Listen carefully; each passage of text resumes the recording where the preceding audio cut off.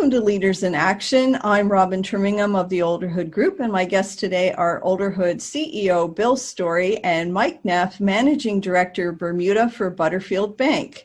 Today we're talking about the impact of COVID-19 on the banking industry globally. Welcome, gentlemen.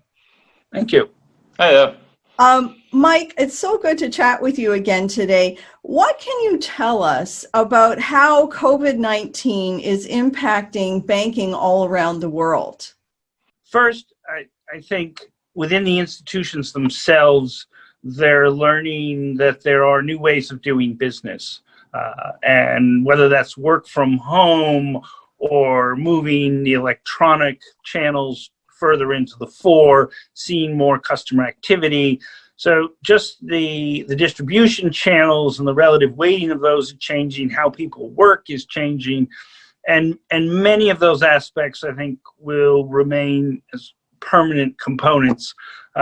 Clearly, the other thing that we're all learning to do is how to have folks back in the office and be, COVID safe, and so all the protocols that have been adopted to that. And then I think the other thing that, is very prevalent in the banking industry today, and certainly at Butterfield, not only in Bermuda, but in other jurisdictions we operate in around the globe, is the impact on customers in terms of their ability to meet their commitments, their loan commitments to the bank.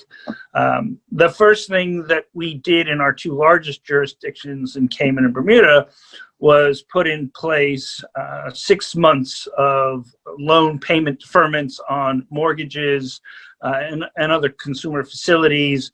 Most of our corporate exposures we moved to interest only, recognizing, the implications of lockdown and all that meant.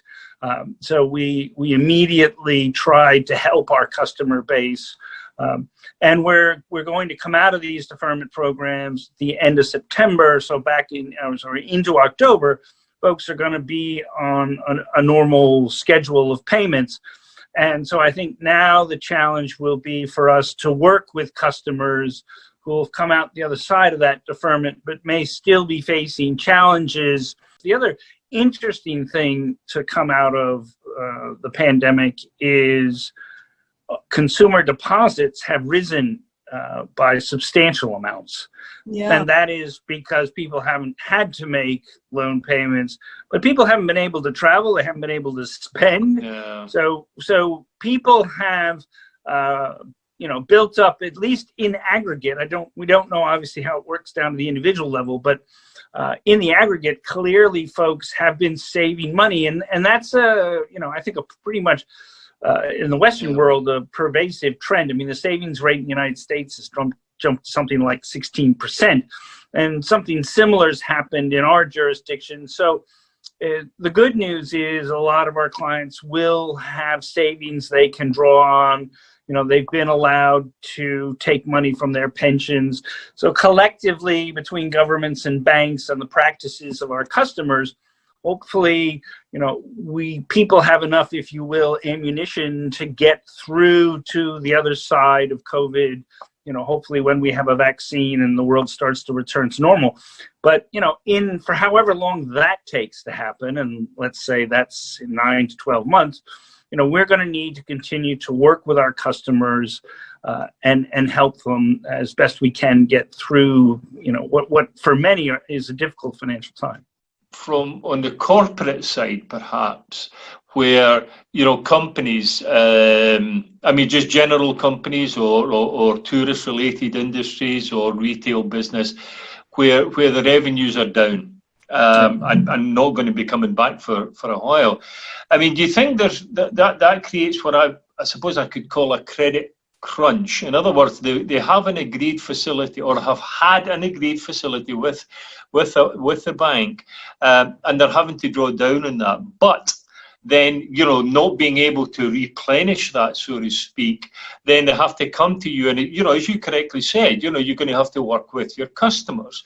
And at the individual level, I can understand that. But from the corporate side, then you have to work with your corporate customers to go through the whole process again of looking at their financial statements, looking at the prognosis of the business, looking at the projected cash flows, looking at, to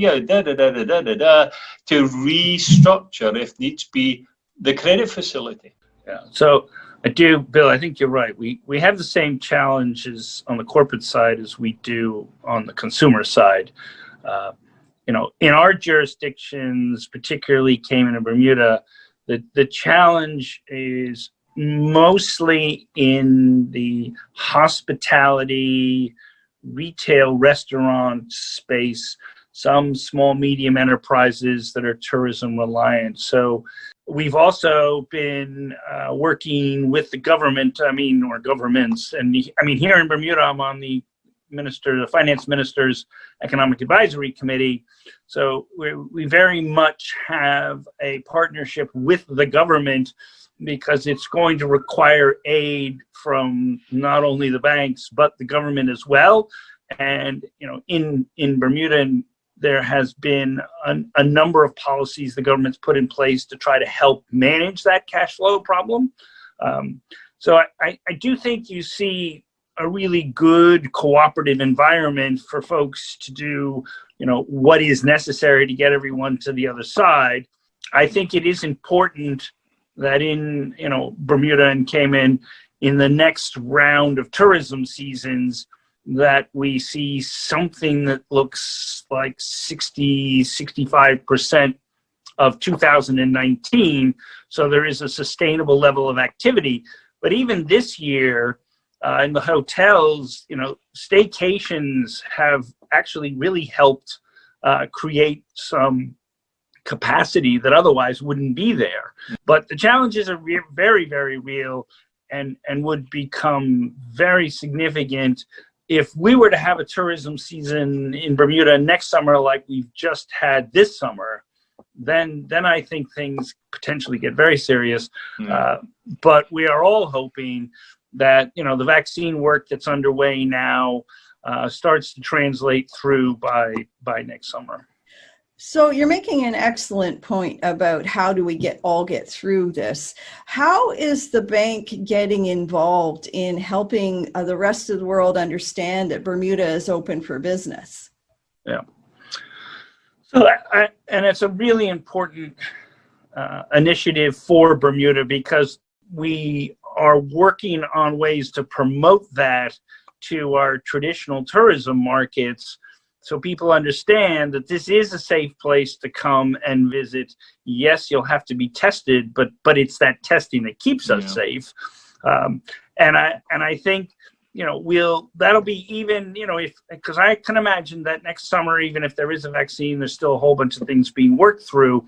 But the testing regime that we have in place, I think, will continue to position Bermuda as a very attractive jurisdiction that, at least from the East Coast of the United States, is only an hour and a half away. So if you want to go to a Caribbean destination in short order that is COVID safe, at the moment, it doesn't get much better than Bermuda. That's excellent. We're just about out of time here. Mike, I really want to thank you for taking time to chat with us today. You've been watching Leaders in Action. If you have a question or would like to suggest a topic for this series, you can email us at Bill, that's BILL, @olderhood.com. And we look forward to chatting with you again soon. Take care, everyone.